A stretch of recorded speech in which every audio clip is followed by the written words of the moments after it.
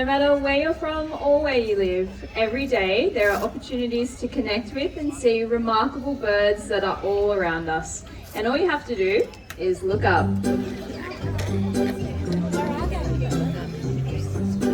Ooh. 去咗嗰邊啦頭先。哇！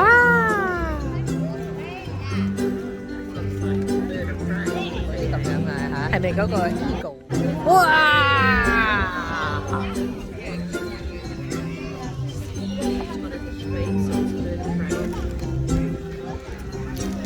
This first bird is Dixie and he is a whistling kite.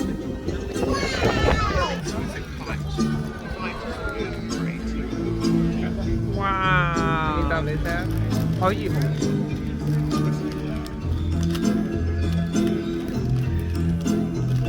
In the right conditions, they can be really acrobatic. Nevertheless, they are very agile, and you can see how easily he'll catch that food and pass it from his feet to his beak, which means it's a really efficient way of finding and hunting food. Ooh! And take off again, Dixie.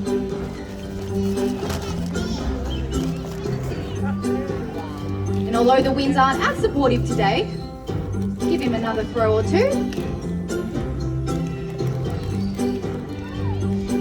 So these birds you can sometimes find in quite large flocks, up to 50 or 100, and they'll often be hunting the same food item, so they can really benefit from things like locust plagues.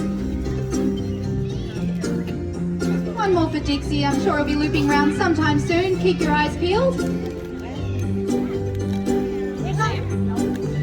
Because although they are really agile up in the air too, they've done quite well because they're great scavengers as well. So you can often find them around places like abattoirs, fisheries, anywhere where they can find an easy meal. Last one for Dixie. Wow! Yeah. 哇！見唔見到佢啊？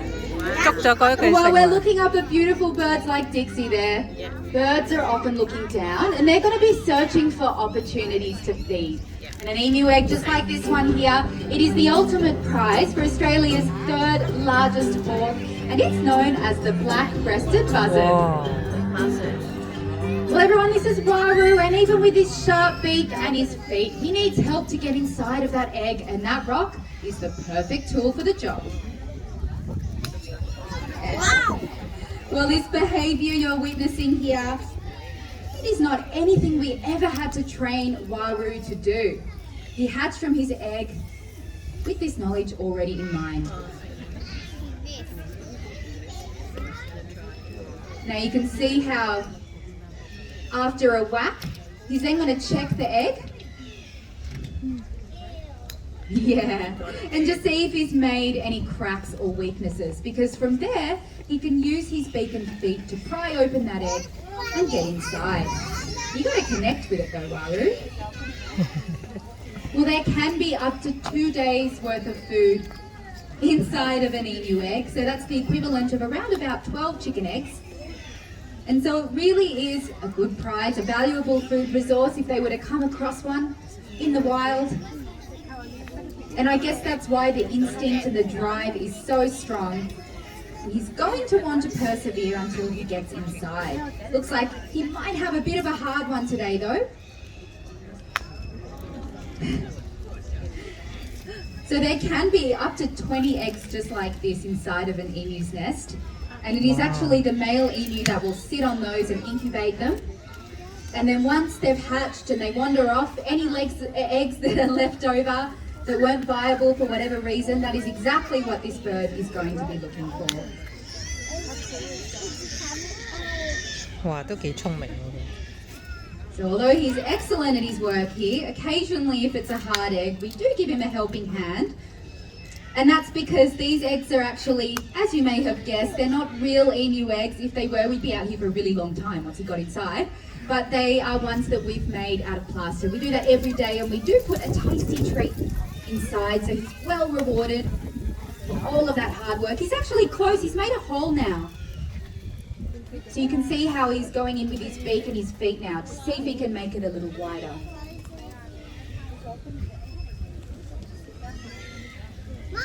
Oh, he opened it. So if this were a real emu egg, a hole about that size, about the size of a 5-cent piece, that would be plenty for him to just lap up the contents inside, hopefully without spilling much on the ground as well, because these buzzards are found in more arid parts of the country where it's often very hot and dry. And so whatever spills on the ground can be wasted because it would dry up really quickly. So being able to just make a small hole and access the contents is actually a really efficient way of getting all of that nutrients. But with this one, he may have to work a bit harder, as that prize is probably a little too big to pluck out at the landing things. ก็有啲咩喺入面咧 Doing such a good job there, Waru. What's he got? So this is a pretty unusual behaviour that we're witnessing here. There aren't all that many birds that use tools in the way the buzzard does. But there is another bird over in Africa called the Egyptian vulture, and it does a very similar behaviour to get inside of eggs, but of course they don't have emu eggs over there, so maybe something like a pelican egg or a flamingo egg. Alright, I'm going to give Waru a little bit of a hand today, just because it seems like it's a bit of a hard egg, and I want him to have all of the success. And he's taking his egg with him, that's great. Oh, but he got it anyway! Well done, Waru, it rolled out. That worked out well. Well, you know, we do tend to associate tool use with humans and other primates, and I guess that's why it is so impressive to see Waru achieve his goal there. And I think it also goes to show that we have more in common with birds than we might realise.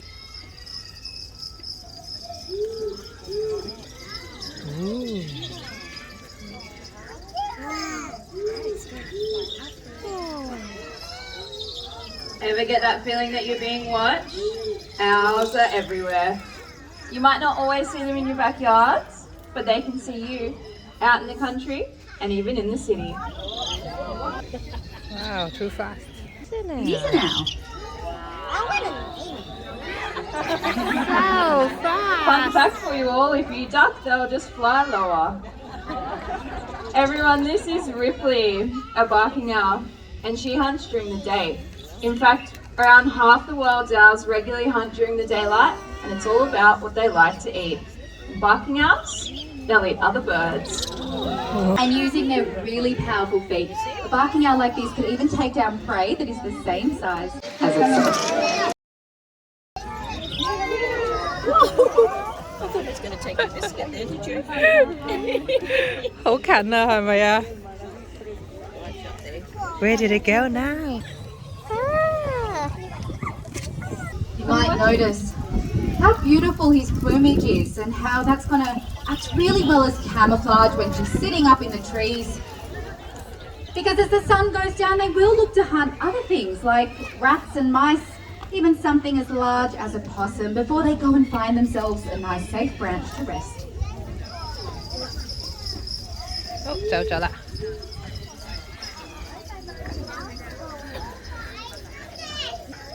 Day and night, owls just like Ripley are out there hunting pests like introduced rats and mice.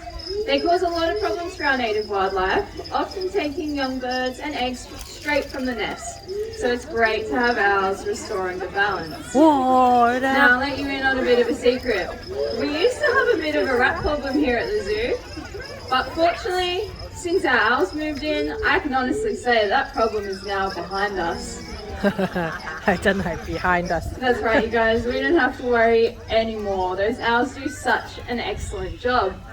In fact, out in the wild, a single owl could eat around 1,000 mice and rats in about a year. A pair raising chicks, they could eat around 3,000 more. So it's definitely one of the most beneficial backyard neighbours that you could hope for. Absolutely, they're the neighbours I'd want to have. Thanks, Georgia. Well, all of the birds we've met so far have been native to Australia. But our next bird hails all the way from over in South America. And the ancient Incans of Peru believed this bird could lift the sun up each day on its 3 meters worth of wings. And this bird really does go to show that no matter where you are in the world, there are always opportunities to connect with different birds, just like the Andean condor.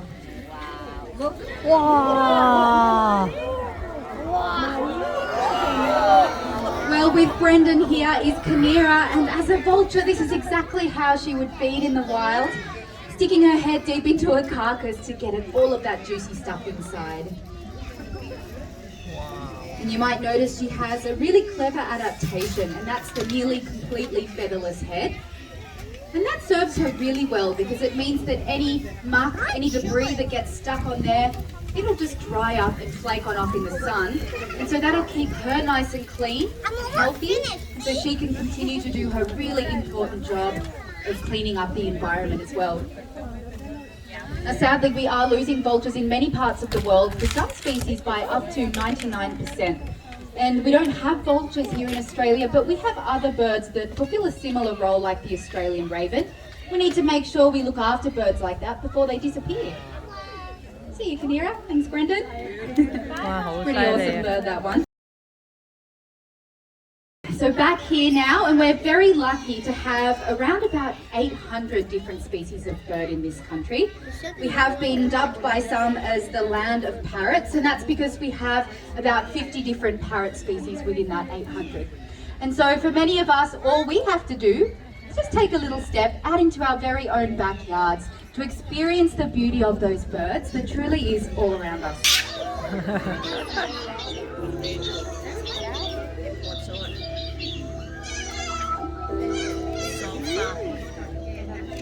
Crested. The sulphur is yellow.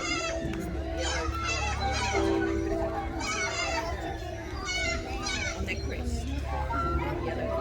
Ah, ya cari kan. Oh.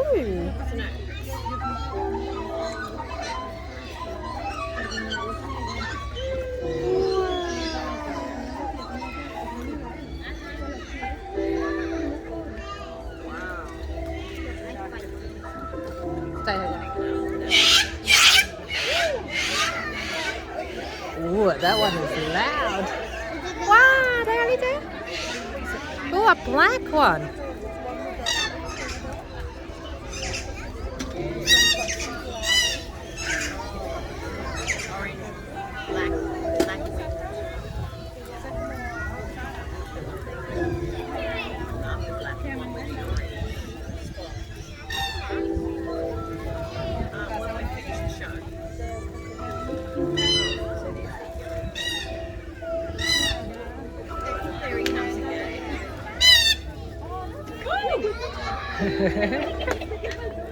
As we expand our towns and our cities, we're making many changes to the landscape. And not all birds can adapt to the impacts.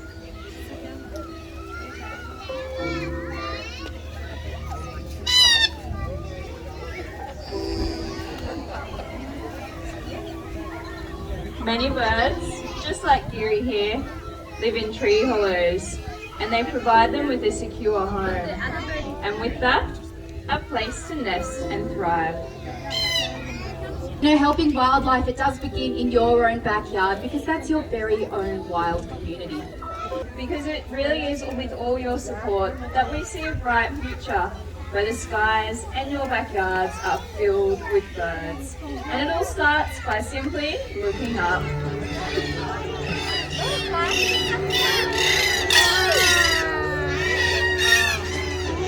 Well, thank you so much for coming down to Freeze My Birds. We hope you enjoyed it. Have a great day, and we look forward to seeing you next time.